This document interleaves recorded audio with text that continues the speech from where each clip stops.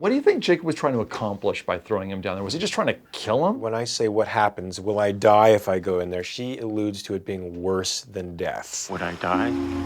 It'd be worse than dying, Jacob. Much worse. I can't kill him because of some metaphysical thing that she's been able to accomplish. I've made it so you can never hurt each other. But I can torment him in a way worse than death. It seemed like a higher level of revenge. Yeah. And I think also there was that I want to see what happens Right, experiment involved too. But at the moment it's just temper. I'm gonna do something worse than death to him. You can't kill me, Jacob. She's made it that way. You can't. Don't worry, brother. I'm not going to kill you. Yeah, you turned him into a kick-ass superhero is what you did, you know?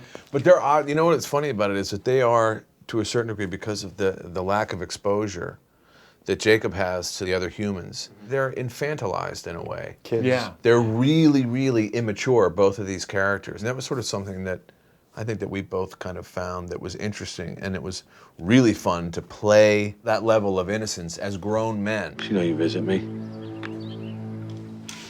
She never asked about you. And I'm sorry I asked about her. Even though the man in black has lived among these people, and he sort of says, hey, they're bad. You want to know if they're bad. They come, fight, they destroy, they corrupt, It always ends the same. and it always ends the same. A woman may be insane, but she's most definitely right about that.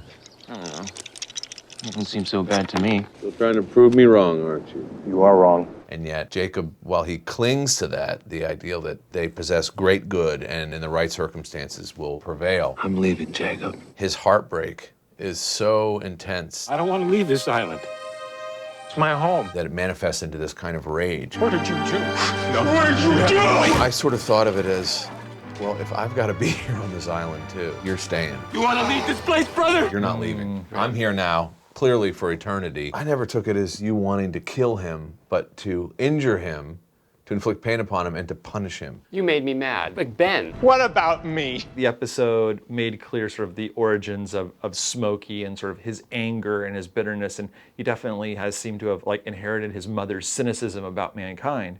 But in terms of Jacob's belief in sort of mankind as a redemption project or the goodness of mankind, we don't really see that. What do you think? Do you think that's something that he grew into over time? I hope what you get in the episode is innocence. Everything he does, even the horrible thing he does to his brother in the end, in creating the smoke monster, comes from just, he is what he appears. There's not an ounce of insincerity in him. Jacob doesn't know how to lie. I think that innocence is what feeds the philosophical idea that there is hope and redemption, and man can be redeemed and can be good. That man who sent you to kill me believes that everyone is corruptible because it's in their very nature to sin.